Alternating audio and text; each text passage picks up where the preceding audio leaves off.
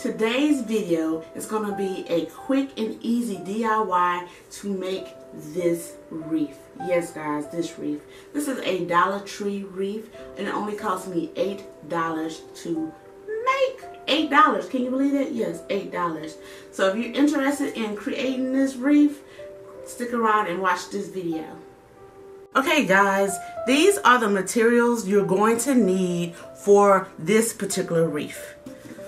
A wreath itself.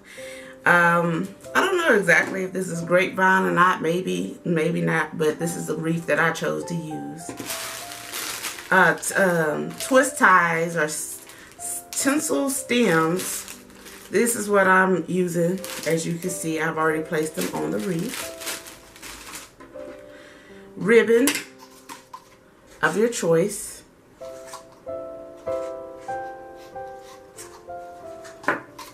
And flowers. Now I don't necessarily know I'm not going to use these flowers, but it's nice to have all your supplies out, so just in case you need to add like some more to your wreath, get everything out that you might want to use. And of course your scissors. So guys, let's get started. As you see, I have already placed the twist ties along the wreath already. And it's quite simple. All you gotta do is find a space as such. Place the twist tie within that space. Thread it through the different space. Make sure it's evenly, as even as it could get, and just twist it.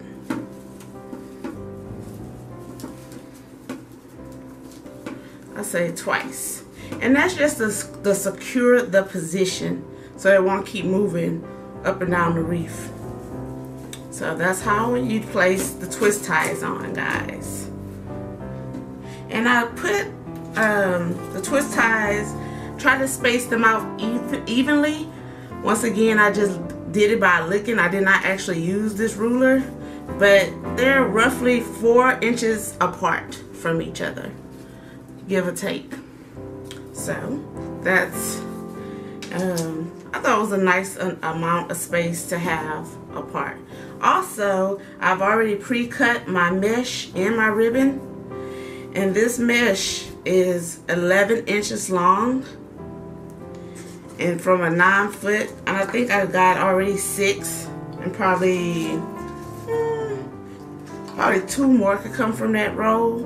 And both rolls, well, one say 9 foot and the other one say 9 feet. That's interesting. So anyway, they're 3 yards, guys. So yeah, that's quite funny. But so the mesh I did 11 inches, and then the ribbon I did is roughly 16 inches. So it's a little bit longer. So I pre-cut that. So let's get started. First thing I want to do, after you, of course, put all your twist ties, place them where you want them, gather your first ribbon. I'm not seeing a lot of tutorials on YouTube, but I wanted to do my own little somewhat twist, which I didn't make nothing up, guys, so nothing like that. But I wanted something as simple as possible. Let me just keep it all the way 100 with you guys. So I decided to go with this method. And I'm just going to take the thing, put it on the opposite side of the colorful print, fold it, and I kind of overlap it because I want to make sure the twist tie gathers it properly. So I just simply overlap it a little bit so I can form the little bow. And see how simple that is? Simple. So once you gather it, making sure it's gathered in the back properly, you got all your ends so it won't unravel or come apart. Then I place it on the wreath with the twist tie. And then I twist it. So, now y'all can't tell me that ain't simple. How simple is that? So just squish it out to make sure it's properly secured like I mentioned. And then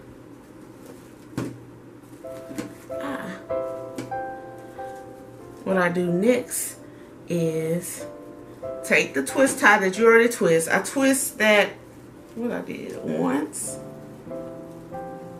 Twist it as many times as you feel that it's secure enough. So then I go to the next. I push the remaining of the twist tie. Find another space to thread it through. And this is, okay, I'm gonna say it's not being my friend. Like, what's up with that? So one that way, one space, and then do the other side in a different space. Guys, yeah, I know it wasn't as hard when I did it before, but since I'm on camera, it wanna act a fool. So,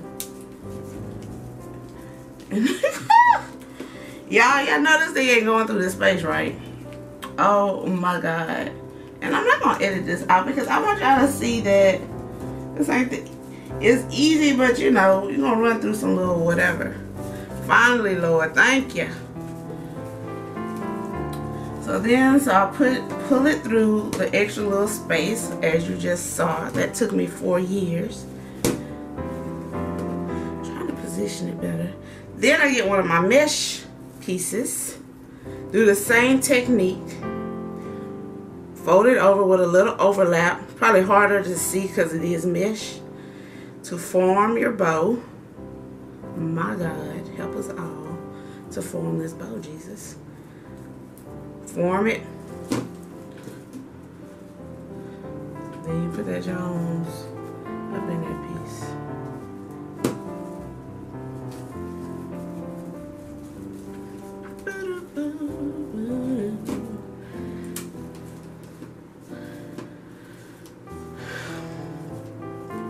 And that's that for that little segment. So now you have that bow and then a mesh bow. And then you proceed by doing the same steps in all those, in the rest of the twist ties. Okay guys, after finishing all of the bows, I had too much space in between each of them, so I had to add more twist ties, guys, and cut new ribbon. So I already cut my ribbon, pre-cut it, and this ribbon is also, let's see how long it is, like 13 inches. So 13 inches. And so what I want to do is just add the ribbon in between those. And I don't know if you can tell, but once you put the ribbon inside, I twist them so they could all be going the same way. Hopefully y'all could tell. I wanted to give y'all a closer look exactly of what I am doing. I take, get another one because I got a little ravel one on there. I take the ribbon, I fold it to where I can overlap. I scrunch it together. I hope y'all can see this, Jones. I scrunch it together. Let's scrunch it the other way. Then I place it in the twist tie. Twist it like maybe twice. 1, 2. Just so it can feel secure. Then, this is the one step that's important. Then I turn it so it can go this way with the other ribbon. And you do that for each one. And so then you're going to have some twist tie left over, but we'll take care of that in a second. But that's how you do each one of the ribbons.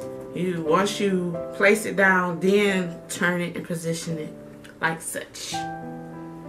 Okay guys, I added the extra ribbon on it. You see I still have like little spaces, so I decided to add the flowers as I showed y'all before. And adding these flowers since they have wire in them, you don't need the extra any extra ties, but if you feel like it's necessary, go right ahead. And you will need, if you're gonna add these flowers, you will need wire cutters. And you just, I'm gonna start at the base because I don't know how long I'm gonna need them. And you just cut them off.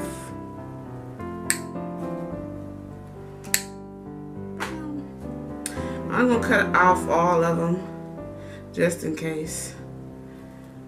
Okay, now this one will be a little tough. And boom, boom, bam. So I got all the flowers cut properly. Cut. And I also brought, just in case, you know about them just in case, these are little ornaments that says Merry Christmas. And I might incorporate it somewhere or another, or somewhere around on the wreath. Okay, I placed the first flower on there. I decided to use the red one. And I just simply stuck it through one of the spaces. And then I wrapped the stem around the grapevine or whatever this is, around the wreath in the back, so it can secure it. And it's secure, guys. It's not going anywhere. And then also, since it's at the center, it gives me extra space, so if I want to hang it, I can use it as my loop. Okay, guys.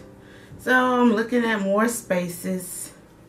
I might move this over a little bit so it can be filled out more. But I'm going to put the next flower right in this space. And like I said, you just find whatever space you need to fill. And try your best. I know you probably can't see me. Try your best to find a space so you can just... Hopefully y'all can see it. Maybe that's better. So you just stick it through, pull it, and voila. So once you stick it through, then you flip it over. And you remember that's wired, so you can just find more spaces in the back. I hope you guys can still see me. And why the flower can be secured. It's not the easiest, but it's doable. And you just keep wrapping it till it's nothing sticking out. This one, I might need to cut it. But make sure before you cut, if that's the choice you're going to do, make sure it's in there good, guys. I'm just cut this one. I can't cut it. We're going to try to do something.